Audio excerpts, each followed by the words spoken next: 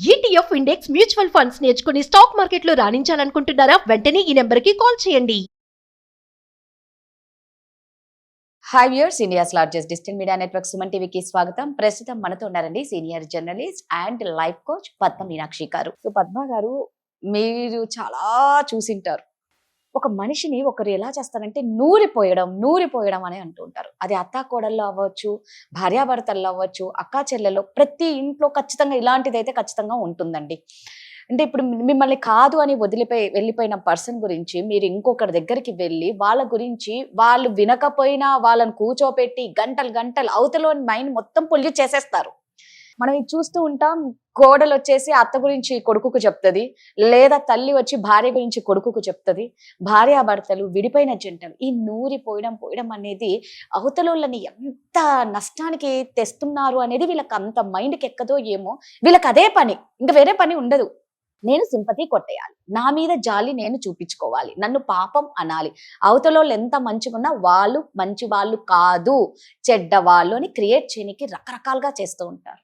వాళ్ళ వర్కే అది. అంటే అసలు human mind is like a monkey, కోతి లాంటిది అది. అదేమవుతుందంటే ఒక్కసారి మళ్ళీ ఒక పాయింట్కి వస్తే వాళ్ళు నా గురించి ఏమనుకుంటున్నారు, ఈ పాయింట్లో ఏమవుతుందంటే నేను మంచి, అవతల వాడు చెడు అన్నది చెప్పుకోవాలని ప్రయత్నిస్తూ ఉంటాను తప్ప ప్రతి మనిషిలో మంచి చెడు ఉంటాయి. ఈ మంచి చెడు గురించి మాట్లాడడం ఏం చేస్తామంటే, వాడే చెడ్డ అందుకే వదిలేశాడు నన్ను, నేను చాలా మంచిదాన్ని, మా అత్తగారికి నేను అన్ని చేస్తాను పొద్దున్న లేస్తే, కానీ మా అత్తగారు నన్ను సాధించింది, లేకపోతే మా తోటికోడలు ఇలా చేస్తుంది. సో ఇది నేను మంచి అని ప్రూవ్ చేసుకోవాలి, నన్ను నేను ప్రూవ్ చేసుకోవాలి. ఇది కూడా స్ట్రాంగ్ పర్సనాలిటీ లేకపోవడం వలన వచ్చే ప్రాబ్లం.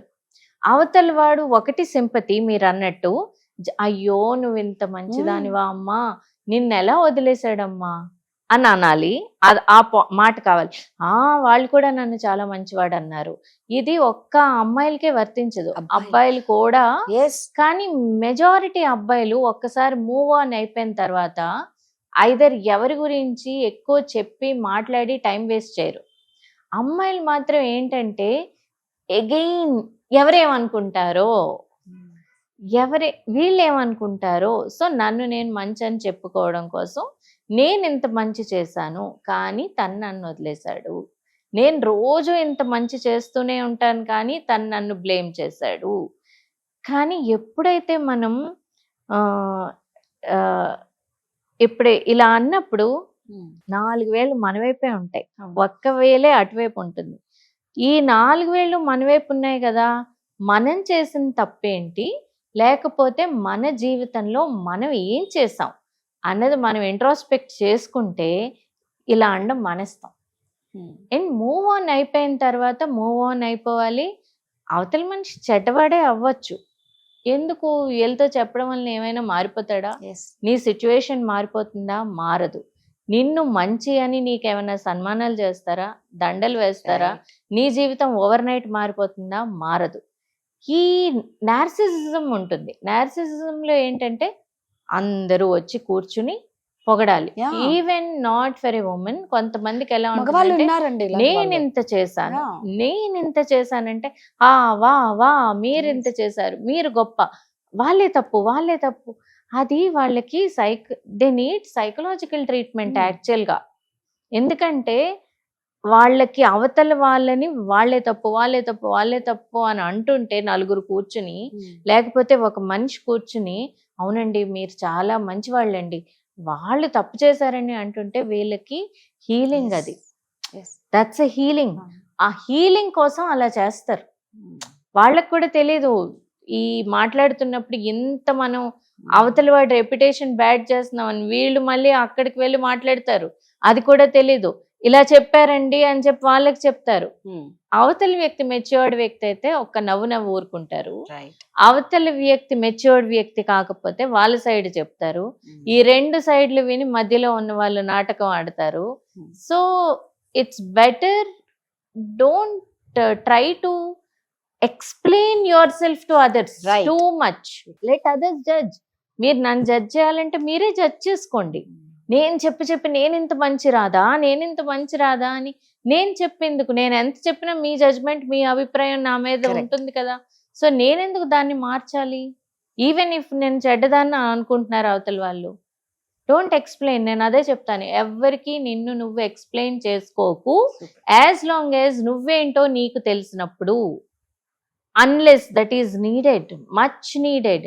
అండ్ నువ్వు ఎక్స్ప్లెయిన్ చేయడానికి అవతల వ్యక్తికి కూడా అదే విధమైన మెంటల్ ఫ్రీక్వెన్సీ ఉందా, అర్థం చేసుకుంటారా, ఎక్స్ప్లెయిన్ చేయి.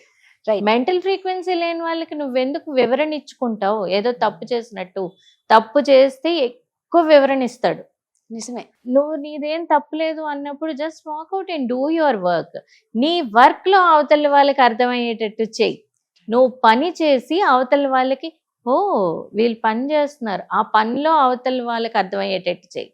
ఇంకొకళ్ళని మెలైన్ చేసి, మస్పూస్ మారేడికాయ చేసి, లేకపోతే అవతల వాళ్ళ రెప్యుటేషన్, వాడి చెడ్డవాడైతే వాడే తెలుసుకుంటాడు ఏదో రోజు. అవతల వాడి చెడ్డవాడు అనేది వాడి పనులు వాడికి రిఫ్లెక్ట్ చేస్తాయి. మనం చెప్పక్కర్లేదు వాడి చెడ్డ, లేకపోతే ఆమె చెడ్డది అని చెప్పక్కర్లే.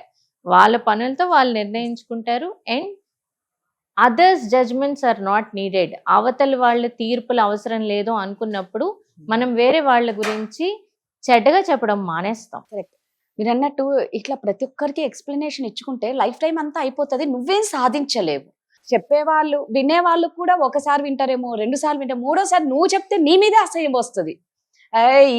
ఇంత దిమాగ్ ఖరాబ్ చేస్తున్నాడు, బోర్ కొట్టేస్తుంది. ఆ, ఇటు next కొందరు వీడు వినడు, ఉంటారు, వినడు. ఈ ఇన్ఫర్మేషన్ అంతా అటిస్తారు, అట్టించి తెచ్చి ఇటిస్తారు. ఎంటర్టైన్ వాళ్ళని చేస్తున్నారు మీరు. యా, యువర్ ఏంటంటారు, breeding. You are breeding negativity. Breed positivity. Don't talk, better don't explain yourself, and don't try to get sympathy. Sharing is different, maligning others is different. You share your pain, no problem, share your pain to an extent, that too not with everyone. Exactly, నిజం. ఎప్పుడైతే నువ్వు 10 మంది గురించి మీ వాళ్ళ గురించి చెప్పారో, అది అబ్బాయి కానీ అమ్మాయి కానీ అంటే మాత్రం ఖచ్చితంగా దాని మీరు సింపతి కోసమే తప్ప మీ పెయిన్ కోసం అయితే కాదు. సో ఎవరికి మనం ఎక్స్ప్లెనేషన్ ఇచ్చుకోని అవసరం లేదు. పద్మా గారు చెప్పినట్టు టైం వేస్ట్ అండి. ఎవడెన్నన్నా వాక్కొని మన పని మనం చేద్దాం. Thank you. Thank you, Radha.